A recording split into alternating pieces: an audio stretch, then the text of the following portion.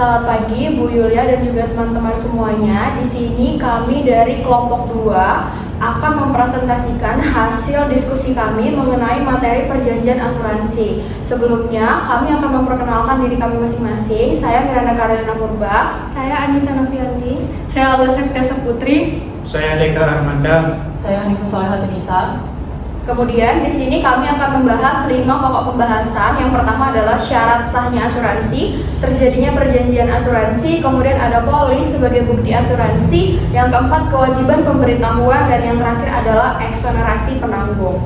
Di sini materi yang pertama akan dipaparkan oleh saya, yaitu mengenai syarat sahnya perjanjian asuransi, di mana seperti yang kita tahu, perjanjian pada umumnya syarat sahnya itu ditulis di dalam pasal 1320 KUH Perdata, ada 4. Namun di sini ada satu syarat yang membedakan antara perjanjian asuransi dan juga perjanjian pada umumnya, yang juga dituliskan dalam pasal 251 KUH Dagang, yaitu pemberitahuan. Syarat yang pertama adalah kesepakatan. Kesepakatan di sini dilakukan antara pihak penanggung dan juga tertanggung. Yang disepakati itu meliputi benda yang menjadi objek asuransi, resiko, dan juga pembayaran premi. Kemudian juga ada kemungkinan ganti rugi dan juga evenement, syarat-syarat khusus, dan juga dituliskan secara tertulis melalui polis.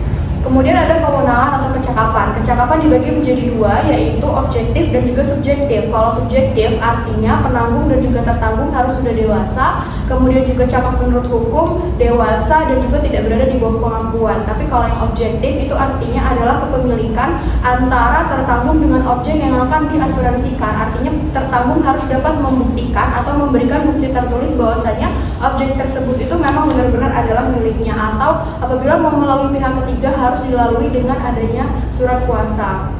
Kemudian yang ketiga adalah objek tertentu. Objek di sini itu adalah benda yang akan diasuransikan. Objeknya dapat berupa harta kekayaan dan juga jiwa dan raga. Apabila objeknya adalah harta kekayaan, maka harus jelas berapa jumlahnya, di mana dibuatnya, apa mereknya, kemudian juga berapa nilainya. Kemudian kalau yang mau diasuransikan adalah jiwa dan raga, maka harus jelas pula identitasnya. Siapa namanya, berapa umurnya, tempat tanggal lahirnya, penyakit bawaan mungkin apabila ada. Yang selanjutnya adalah kausa yang halal. Kausa yang halal di sini itu artinya perjanjian yang dilakukan itu tidak melanggar ketentuan undang-undang, kemudian juga kesusilaan dan juga ketertiban umum. Artinya apabila tidak melanggar ketiga ini, kedua belah pihak itu berprestasi, tertanggung wajib untuk membayar premi dan juga penanggung wajib untuk menerima atau mengalihkan risiko yang diberikan.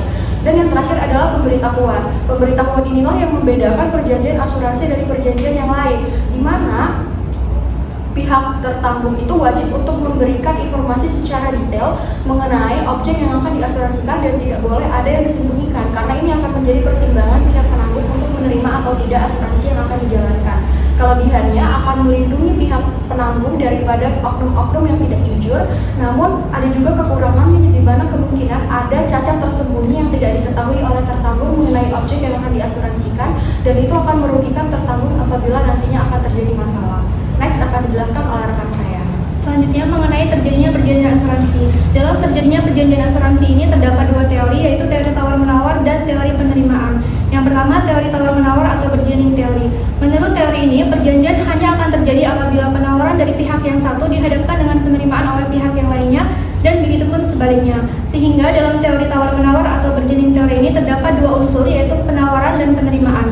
Teori tawar-menawar ini memiliki keunggulan dan kelemahan. Keunggulannya yaitu adanya kepastian hukum yang diciptakan berdasarkan kesepakatan yang disepakati oleh kedua belah pihak. Sedangkan kelemahannya, pihak penanggung selalu lebih unggul dibandingkan tertanggung dikarenakan penanggung memiliki pengalaman yang lebih mengenai risiko dan kerugian yang mungkin akan terjadi di kemudian hari. Yang kedua, teori penerimaan atau acceptance theory. Berdasarkan teori penerimaan, terjadinya perjanjian asuransi mengikat para pihak ketika penawaran sungguh-sungguh diterima oleh tertanggung. Makna sungguh-sungguh ini dibuktikan dengan tindakan nyata oleh tertanggung, di mana tertanggung menandatangani nota persetujuan. Sehingga teori penerimaan ini memiliki keunggulan, yaitu saat terjadi dan mengikatnya perjanjian asuransi antara kedua belah pihak dapat ditentukan secara pasti, dan dimulainya kewajiban serta akibat hukumnya juga dapat dipastikan. Selanjutnya, asuransi bersifat tertulis. Sesuai dengan pasal 255 KUHD, dinyatakan bahwasanya asuransi harus dibuat secara tertulis dalam bentuk akta yang disebut polis. Lalu pasal 257 juga menegaskan bahwasanya meskipun polis belum dibuat, asuransi juga sudah timbul sejak terjadinya kesepakatan antara penanggung dan tertanggung. Kesepakatan itu dibuktikan berdasarkan nota persetujuan, sehingga hak dan kewajiban antara tertanggung dan penanggung sudah timbul sejak tercapainya kesepakatan berdasarkan nota persetujuan. Sehingga untuk membuktikan telah tercapainya kesepakatan antara tertanggung dan penanggung, undang-undang mengharuskan adanya pembuktian dengan alat bukti tertulis berupa akta yang disebut polis. Namun apabila polis belum dibuat, pembuktian dapat dilakukan dengan catatan, nota, surat perhitungan, dan lain-lain yang biasa disebut dengan permulaan bukti tertulis. Yang ketiga ada pembuktian janji atau syarat khusus asuransi. Syarat khusus dan janji khusus asuransi menurut undang-undang diancam batal apabila tidak dicantumkan dalam polis dan harus dibuktikan secara tertulis sesuai dengan pasal 258 ayat 2 KUHD. Syarat khusus yang dimaksud dalam pasal 258 KUHD ini memuat inti isi perjanjian asuransi, realisasi hak tertanggung dan penanggung seperti penyebab timbul kerugian atau evenement, sifat kerugian yang menjadi beban penanggung, pembayaran premi oleh tertanggung, dan klausa-klausa tertentu. Selanjutnya, janji khusus harus dibuktikan secara tertulis adalah janji khusus yang menurut undang-undang harus dicantumkan di dalam polis atau yang biasa disebut dengan klausa pertanggungan. Janji khusus ini meliputi reasuransi pasal 271 KUHD, asuransi insolvabilitas pasal 280 KUHD, asuransi kapal yang sudah berangkat pasal 603 KUHD, asuransi kapal yang belum sampai di tempat tujuan pasal 606 KUHD, dan asuransi atas keuntungan yang diharapkan pasal 615 KUHD. Selanjutnya akan dijelaskan oleh rekan saya. Selanjutnya, polis bukti asuransi. Polis adalah akta perjanjian yang ditandatangani oleh penanggung dan tertanggung yang memiliki fungsi sebagai alat bukti. Polis ini berperan sebagai alat bukti mutlak karena polis berisi perjanjian yang dilakukan termasuk hak dan kewajiban para pihak. Selanjutnya jenis-jenis polis. Ada 3 jenis polis yang terkenal. Yang pertama, polis maskapai. Dikenal sebagai polis maskapai karena dibuat dan diterbitkan oleh perusahaan-perusahaan asuransi. Yang kedua, polis bursa, yaitu polis ini memiliki ketentuan yang sama dan ditetapkan di bursa asuransi. Terdapat 2 jenis polis bursa. Yang pertama, polis bursa Amsterdam dan polis bursa Rotterdam. Yang ketiga itu polis Lodis. Selain itu ada 2 jenis polis bersifat menurut sifat berlakunya. Yang pertama polis waktu dan polis perjalanan. Selanjutnya itu klausular polis. Dalam perjanjian asuransi sering dimuat janji-janji khusus yang dirumuskan dengan tegas dalam polis yang lazim disebut klausular asuransi.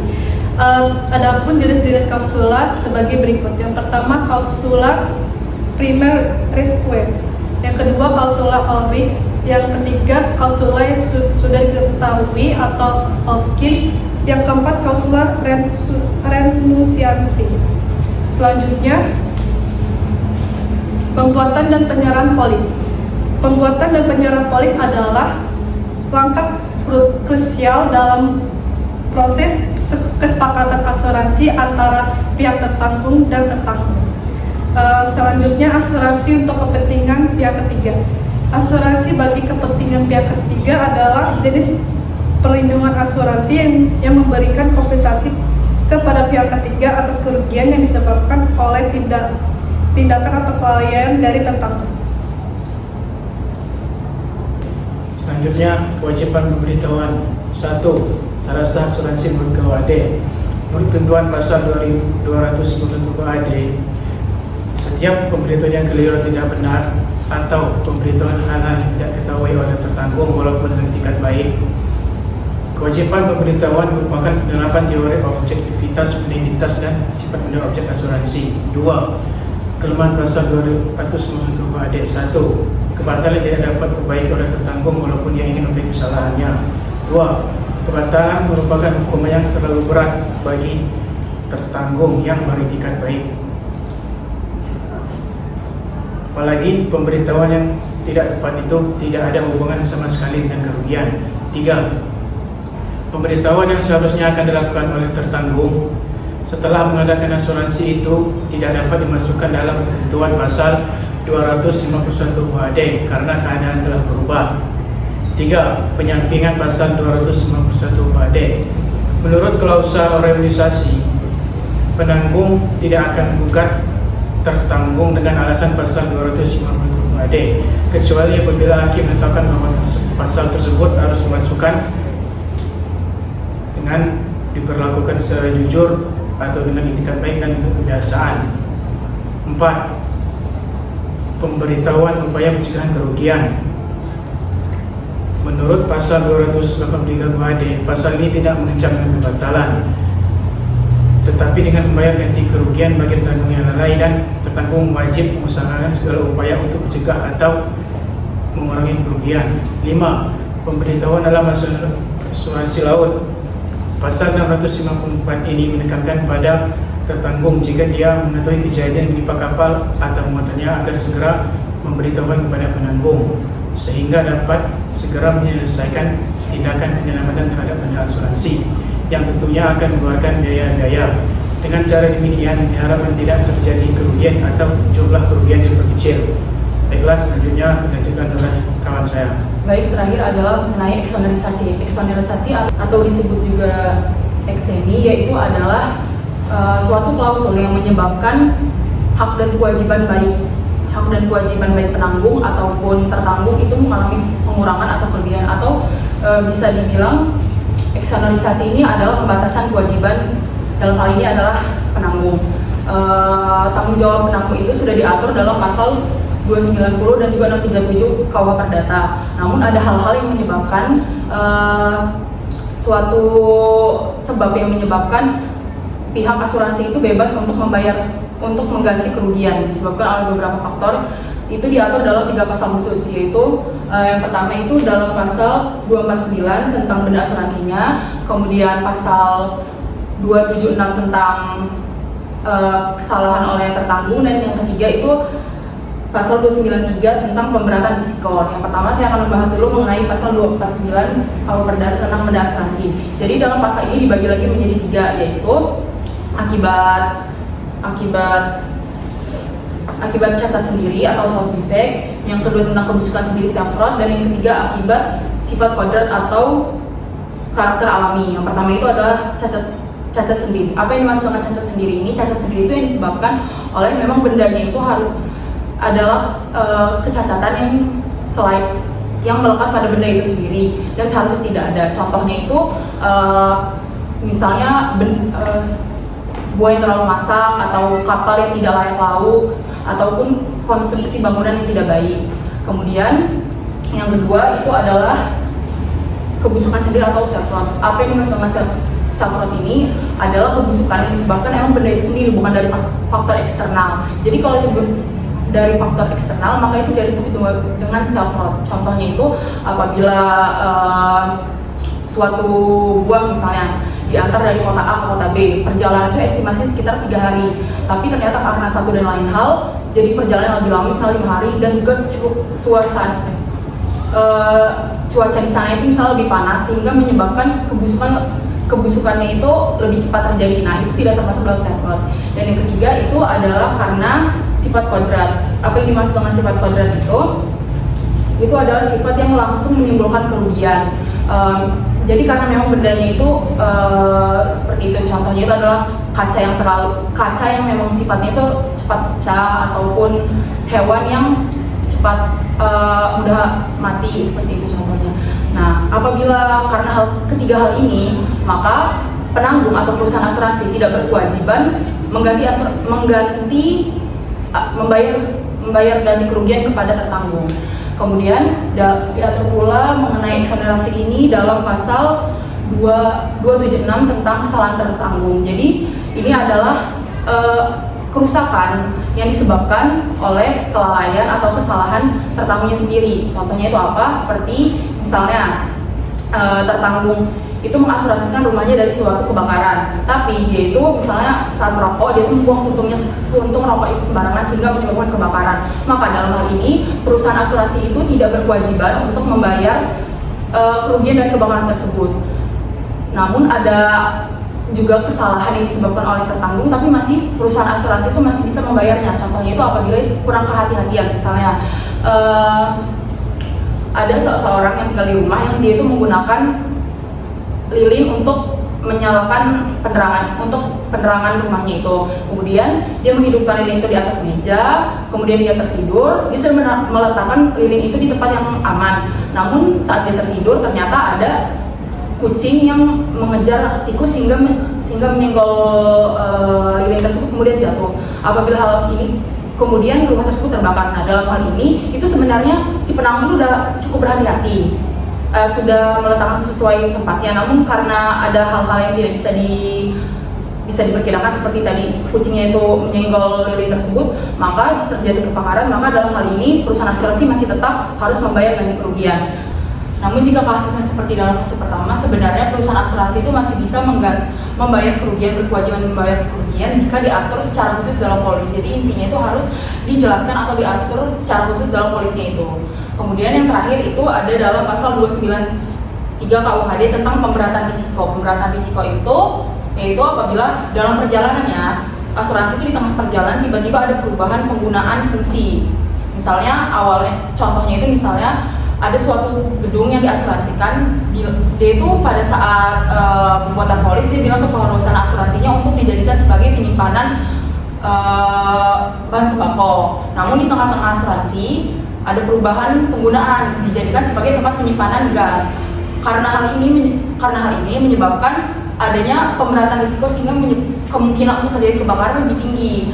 Jika tertanggung tidak mengatakan kepada perusahaan asuransi dan misalnya suatu hari terjadi kebakaran, maka jika kasus seperti ini maka perusahaan asuransi tidak berkewajiban untuk membayar ganti kerugian. Kemudian ada syarat-syarat yang menyebabkan perusahaan asuransi ataupun penanggung itu bebas untuk membayar kerugian jika memenuhi 3 syarat-syarat. Itu yang pertama, apabila di pertengahan terdapat perubahan fungsi. Kedua itu apabila perubahan tujuan hubungannya itu mengakibatkan ancaman bahaya kebakaran diperbesar. Dan yang ketiga itu yang terakhir apabila penanggung tidak akan mengadakan asuransi jika tahu sebelumnya akan terjadi seperti itu. Baik, itulah tadi presentasi atau pemaparan materi dari kami kelompok 2 mengenai perjanjian asuransi. Mohon maaf apabila ada salah kata. Kami akhiri. Selamat pagi. Assalamualaikum warahmatullahi wabarakatuh. Waalaikumsalam.